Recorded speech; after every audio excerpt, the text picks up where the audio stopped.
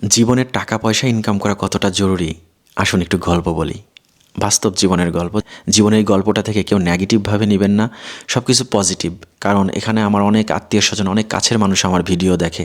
সবাইকেই বলবো ভিডিওটা খুবই আমার যে বাস্তব গল্পগুলো আমার জীবনের সাথে হয়েছিল সেখান থেকে আমি তুলে ধরছি।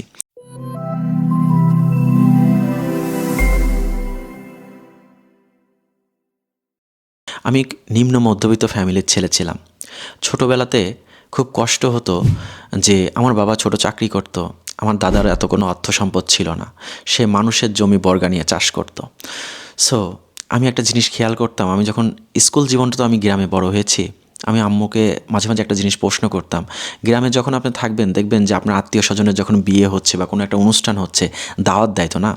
সো যখন দাওয়াত দিত তখন আমার কাছে মনে হতো যে আমরা অনেক কিছু থেকে বঞ্চিত হচ্ছি। পাশের এক বাড়ি পরেই যখন আমার দাদার চাচাদের বাড়ি আছে, তাদের মাশাআল্লাহ তাদের আর্থিক অবস্থা খুব ভালো ছিল। তখন জিনিসটা এরকমভাবে হতো যে যখন দেখা যাচ্ছে একটা বাড়িতে খুব ভালো একটা জায়গায় অনুষ্ঠান হচ্ছে, তাদের ওই বাড়ি থেকে তার বাবা, তার 3 ছেলে সবাইকে দাওয়াত দেওয়া হচ্ছে। এইদিকে আমার দাদার হচ্ছে 2 ভাই, আপন 2 ভাই, তাদের আরেকটা ভাই আছে হচ্ছে শতালো ভাই যেটাকে বলে। কিন্তু এই সম্পর্কটা আমি অনেকটা কমপ্লিকেটেড, আমি এখনও এটা সম্পর্কটা ধরতে পারি না। যাই হোক, এরকমই আরেকটা তাদের ভাই আছে। তো এইখানটাতে কি হতো যে আমার প্রতিটা দাদার একটা করে সন্তান। আমার দাদারও একটা ছেলে, আমার বাবা, আমার দাদার যে একটা ভাই আছে আপন ভাই, তারও একটা ছেলে, এবং আমার দাদার যে একটা শতালো ভাই আছে তারও একটাই ছেলে। এখন দেখা যাচ্ছে যে আত্মীয় স্বজনদের ভিতরে যদি কোনো অনুষ্ঠান হচ্ছে, এই 3 ভাইকে পেঁচিয়ে একজনকে দাওয়াত করতো। এখন দাওয়াত করতো কাকে? আমার 2 দাদার যে শতালো যে ভাই আছে, তার আবার একটু আর্থিক অবস্থা ভালো ছিল, সে সরকারি চাকরি করতো মাশাল্লাহ, তার একটা আর্থিক অবস্থান ছিল, সে একটা একটা অবস্থানে ছিল। তো তার ছেলের শিক্ষাগত যোগ্যতা যেটাই থাক বা যাই থাক, সেখান থেকে দেখা যাচ্ছে যে আমার ওই দাদার ছেলেটাই দাওয়াত পাইতো। এবং আমি আমার আম্মুর কাছে মাঝে মাঝে এসে জিজ্ঞাসা করতাম, আম্মু বিষয়টা এরকম কেন হয়? আমার বাবাও তো আছে, আমার দাদার ভাইয়েরও কিন্তু একটা ছেলে আছে, মানে আমার যে আর কি চাস্তো চাচা, তাদেরকে তো দেয় না, কারণ আমাদের 2টা বাড়ি একসাথে, কিন্তু তাদের ছেলেকে ঠিকই দাওয়াত দেয়, সেখানে সেই যায়।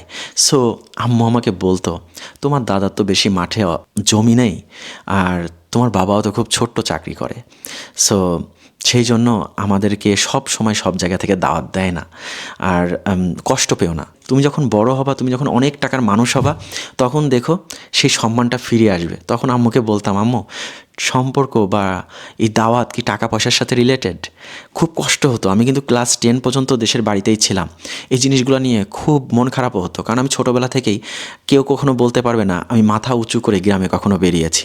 কারণ ওই যে আমার দাদার যে মাঠে জমি নেই, আমার দাদার যে অনেক সম্পদ নেই, তখন থেকে এই জিনিসগুলো এরকম হয়েছে। এমন না যে আমার দাদার কিন্তু কিছু ছিল না। সত্য কথা বলতে গেলে আমার দাদার যে বাবা ছিল আর আমার দাদার বাবার যে বাবা ছিল, ইনারা ছিল অনেক বড়, অনেক অনেক বংশীয় ছিল তিনি। তাকে নাকি বলা হতো জমিদার বাবু বলা হতো, এরকম আমার বাবা বা আমার দাদার মুখ থেকে শুনেছি।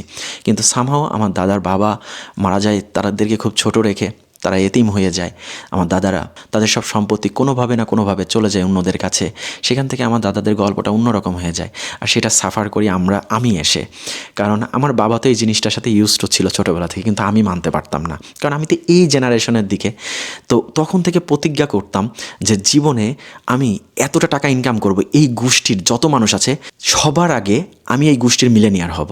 এটা আমার ছোটোবেলা থেকে ইচ্ছা, আমি আজকে বলতেছি না, যে আমার বয়সের এতটা ছোট থেকে আমি মিলেনিয়ার হব, কিন্তু এখনও আমি সেটা হতে পারিনি। আমি এখনও সেই টাকার মানুষ হতে পারিনি যেইটা আমার টার্গেট। কিন্তু আমার ভিতরে একটা জিনিস বিদ্যমান আছে, আমাদের গ্রামের আশেপাশে এই ধরনের ধনী ব্যক্তিরা আছে না, আমি তাদেরকে খুব নিকৃষ্টভাবে ঘৃণা করি। রিয়েলি আমি খুব নিকৃষ্টভাবে ঘৃণা করি এদের। কারণ এদের ম্যাক্সিমামই গল্পটা হচ্ছে বাবার জমিদারি নিয়ে, বাবার টাকা পয়সা নিয়ে। কারোর কিন্তু নিজের শিক্ষাগত যোগ্যতা নেই, নিজের যোগ্যতা এই পর্যন্ত আসেনি, তাদের সব কিছু বংশ পরম্পরায় পেয়েছে। তারা হয়তো একটা জায়গায় গিয়েছে। এই যে আমাদের সোসাইটির যে সিস্টেমগুলো না, এই সিস্টেমগুলোকে আমি ঘৃণা করি। আমি এই মানুষগুলোকে ঘৃণা করার চাইতে এই সিস্টেমগুলোকে ঘৃণা করি। আমি আমার জীবনের সাথে প্রতিজ্ঞা করেছি, আমি জীবনে যত টাকারই মালিক হই, আমি কখনো গরিবের যে সম্মান সেটা থেকে কখনো তাদেরকে বঞ্চিত করব না।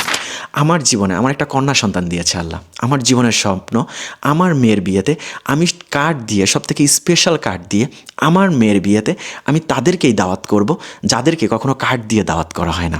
আমার বিয়েতে এখনও গল্প আসবে, আমার বিয়েতে আমি কী করেছি। আমার বিয়েতে আমি স্পেশালভাবে আমাদের গ্রামের পাশে যে এতিমখানা আছে শুধু স্পেশালভাবে তাদেরকে আমি দাওয়াত করে খাইয়েছি আমার সামর্থ্য অনুযায়ী। কারণ ওই যে আমাকে যে দাওয়াত দেওয়া হতো না, আমার বাবাকে যে দাওয়াত দেওয়া হতো না, হয়তো বা দাওয়াত দেওয়া হতো তারাই দাওয়াত দিত যাদের লেভেলের সাথে আমার দাদা আমার বাবা সেম, যারা অনেক বড় লোক তাদের থেকে আমার দাদা বা আমার বাবারা দাওয়াত পেত না। এই যে গল্পটা, এই গল্পটা অনেকের জীবনের সাথে মিলে যাবে, নিম্ন মধ্যবিত্ত এবং মধ্যবিত্ত ফ্যামিলির। সো এই ধরনের জিনিস যদি আপনার সাথে বা তোমার সাথে হয়ে থাকে, আর তুমি যদি এখনও যদি নিজের ভিতরে সেই শক্তি সঞ্চালন না করতে পারো যে তুমি তোমার বাবা মায়ের, তোমাদের ফ্যামিলির এই অবস্থান পরিবর্তন করবা, তাহলে এটা তোমার ব্যর্থতা। এই ব্যর্থতার দায় তুমি কাউকে দিতে পারবা না।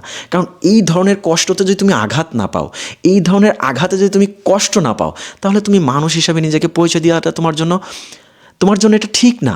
আমার কাছে সেটা মনে হয়। কারণ আমি প্রতিনিয়ত নিজেকে মাথা নত করে চলতাম। এমনও গল্প হয়েছে, আমার বাবা 2000 সালের দিকে গল্পটা, আমার বাবা মা ঈদ করতে আমাকে নিয়ে গ্রামে আসতো।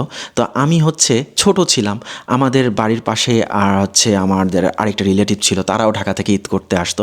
তো আমি তাদের সাথে যখন ছোটোবেলায় কারোর বাড়িতে গেছি, সো দ্যাট আমি কোনো আমার আত্মীয় পাশেই যাদের আত্মীয়ই আছে তাদের বাড়িতেই গিয়েছি। এটা কার ছেলে? ও, আমার বাবার নাম রবিউল আলম, সবাই রবি নামে সবাই চিনে। রবির ছেলে? ও, আর এইটা কার ছেলে? ও, কি খাবা তুমি, কি করবা তুমি, আসো বসো, কেমন আছো? তখন না আমি আস্তে আস্তে আস্তে আস্তে করে ওইখান থেকে নিজেকে পিছনে নিতে নিতে আমি বের হয়ে চলে আসতাম। ছোটোবেলা থেকে আমার পার্সোনালিটি গ্রো আপটা ছিল, আমি মনে করি অনেকটা লেভেল হাই ছিল। আমার আম্মু এটা স্বীকার করে, কারণ আমি গ্রামে বড় হয়েছি আমার শেষের দিক থেকে এসে, কারণ আমি একটা সময় ঢাকাতেই থাকতাম আব্বু আম্মুর সাথে।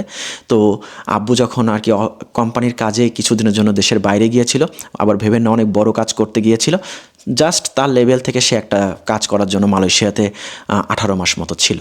সো সেই মুহূর্তে আমার আব্বু আম্মুর সামর্থ্য ছিল না ঢাকাতে রাখার, তো আমাদেরকে নিয়ে গ্রামে চলে আসে। তো এই সিচুয়েশনটা আমি আমার বাস্তবতা থেকে ফেস করেছি। তো তখন আমার জিনিসটা চিন্তা হতো, কেন এরকম হয়, কেন এরকম হয়? এই জিনিসগুলো আমি আমার মাথায় হেডেক হয়ে যেত, আমার মাথায় এতটা কষ্ট হতো, কেন এরকম হয়? তো এই প্রশ্নগুলো করতাম আর আমি চিন্তা করতাম।